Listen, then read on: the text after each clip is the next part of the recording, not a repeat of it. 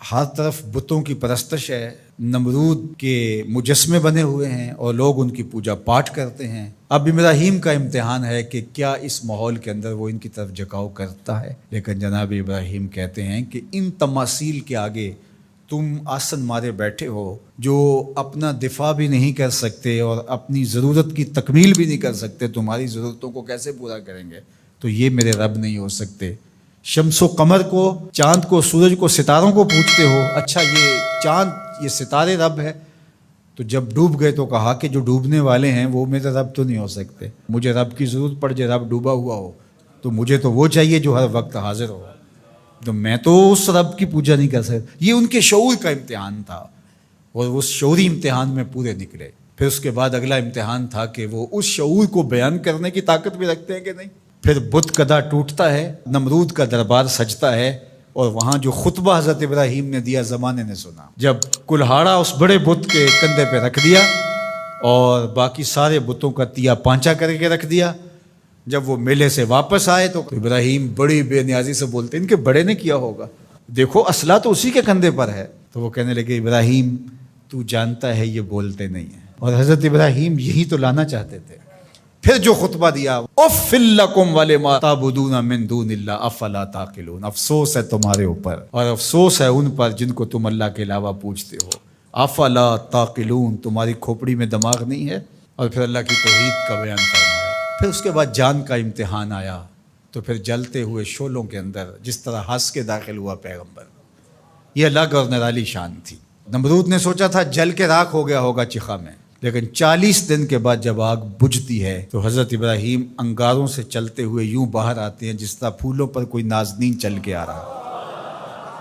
پھر 87 سال عمر ہے، اللہ تعالیٰ پھر حضرت ہاجرہ کے بطن سے حضرت اسماعیل کی صورت میں اولاد عطا کرتا ہے۔ اب اتنی بڑھاپے کی عمر میں اولاد نصیب ہو تو انسان کا جی چاہتا ہے سارے کام کاج چھوڑ کے گھر بیٹھ جاؤں اور میں اپنی اولاد کے چہرے کی بلائیں لوں، لیکن حکم ہوتا ہے اپنی زوجہ کو بھی اور اپنے نو مولود بیٹے کو بھی ایسی وادی میں چھوڑ آؤ جہاں کوئی سبزہ بھی نہیں ہوگا۔ اللہ اکبر۔ پھر اسماعیل علیہ السلام کی ایڑیوں کے رگڑنے سے زمزم جاری ہوتا ہے۔ اب ذرا دیکھیے، ایک ایسا امتحان آتا ہے اگر کو ہمالیہ پہ بھی ڈال دیا جاتا اس کا پتا بھی پانی ہو جاتا۔ فلما بلغ معہ السعی، جب وہ ان کے ساتھ چلنے پھرنے کے قابل ہوا۔ ابراہیم علیہ السلام خواب دیکھتے ہیں، اور خواب کیا دیکھتے ہیں کہ میں بیٹے کو ذبح کر رہا ہوں۔ فلما اسلما، جب دونوں راضی ہو گئے، باپ ذبح کرنے پہ اور بیٹا ذبح ہونے پہ، اب باپ کی آنکھوں پہ پٹی بندھی ہے، ہاتھ میں چھری ہے، 100 سال کا بوڑھا باپ، جبل سبیر کا دامن، منا کی وادی، کارکنان قضاء و قدر دم بخود ہیں، شمس و قمر، یہ منظر آج سے قبل انہوں نے نہیں دیکھا تھا، اور سورج بادلوں کی اوٹ میں منہ چھپانے کی کوشش کر رہا ہے کہ یہ منظر مجھ سے نہیں دیکھا جائے گا، حوروں کی چیخیں نکل رہی ہے، کائنات تھرا رہی ہے، مالک قیامت آنے والی۔ اور مالک بھی فرشتوں سے کہہ رہا تھا کہ تم کہتے تھے نا کہ سجدے ہم کریں گے، تسبیحات ہم کریں گے، انسان تو دینگا مشتیاں کرے گا، ذرا میرے بندے کی اس ادا کو بھی دیکھو، میرے حکم کی تعمیل پر میرے بندے کی اس انوکھی ادا کو بھی دیکھو۔ چھری کی نوک حلق کے اوپر رکھ کے پورا وزن ڈال دیا، گلا کٹ گیا، خون بہنے لگا۔ ابراہیم علیہ السلام ایک عجیب کیفیت میں، کیا کیفیت ہو سکتی ہے، میرے پاس تو لفظ نہیں ہے۔ اللہ اکبر۔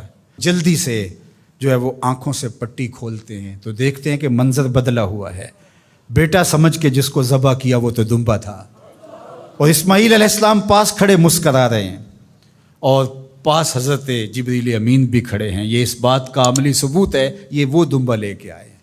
تو بے ساختہ جناب ابراہیم علیہ السلام کی زبان پر جو لفظ آیا وہ یہ تھا، اللہ اکبر، اللہ اکبر۔ تو حضرت اسماعیل بولے لا الہ الا اللہ واللہ اکبر، پاس کھڑے جبریل بولے اللہ اکبر وللہ الحمد۔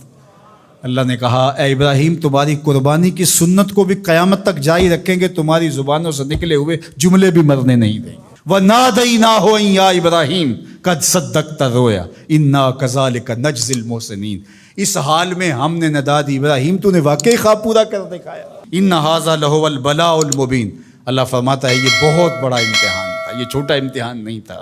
اور پھر میرا رب رب ہو کے کیا کہتا ہے؟ سلام علی ابراہیم، اے ابراہیم تیرے اوپر سلامتیاں نازل ہو۔ اللہ اکبر۔ پرسوں بھی میں کسی منڈی کے قریب سے گزرا، کہتے ہیں اس علاقے کی سب سے بڑی منڈی ہے، تو ہزاروں جانور، ہجوم محبت، اور سڑکوں پر، گلیوں میں، بازاروں میں کوئی یہاں گائے لے کے جا رہا ہے، کوئی بیل، کوئی اونٹ اٹھا کے لے کے جا رہا ہے، تو بے ساختہ میری زبان سے یہی نکلتا ہے سلام علی ابراہیم، ابراہیم تیرے اوپر سلامتیاں نازل ہوں۔ اللہ اکبر۔ اور اس قربان گاہ پر، جس قربان گاہ پر حضرت اسماعیل کو لے کر کے چلے تھے، منا کی وادی میں جبل سبیر کے پاس، وہاں 25 لاکھ حجاج جانور ذبح کریں گے، تو منا کی وادی اس گونج سے منور ہوگی، آواز آ رہی ہوگی سلام علی ابراہیم، ابراہیم تیرے اوپر سلامتی۔ ابراہیم علیہ السلام نے چھوٹا کام نہیں کیا، بہت بڑا کام کیا، لیکن میرے رب نے بھی پھر جو اعزاز دیا، جو تکریم دیا، عرض کی گئی یا رسول اللہ یہ قربانیاں کیا ہیں؟ فرمایا تمہارے باپ ابراہیم کی سنت ہے، قیامت تک وہ نقشہ ہماری آنکھوں کے سامنے رہے گا، اور لوگ اپنے قیمتی متاع کو اس طرح قربان کرتے رہیں گے۔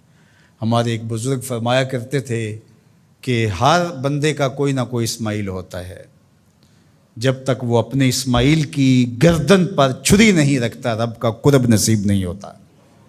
تو اپنی عزیز ترین متاع اللہ کی راہ میں قربان کرنے کا موقع آ جائے، وہ جان ہو، وہ اولاد ہو، وہ مال ہو، وہ منصب ہو، جب حالات تقاضا کریں اور آپ کو لگے کہ میرے مالک کا مجھ سے یہ تقاضا ہے، تو راہ خدا کے اندر قربان کرنے کا جب یہ جذبہ اس لیول تک پہنچ جائے، تو پھر آپ اس نور سے مالا مال ہوتے ہیں، اس فیض سے فیض یاب ہوتے ہیں۔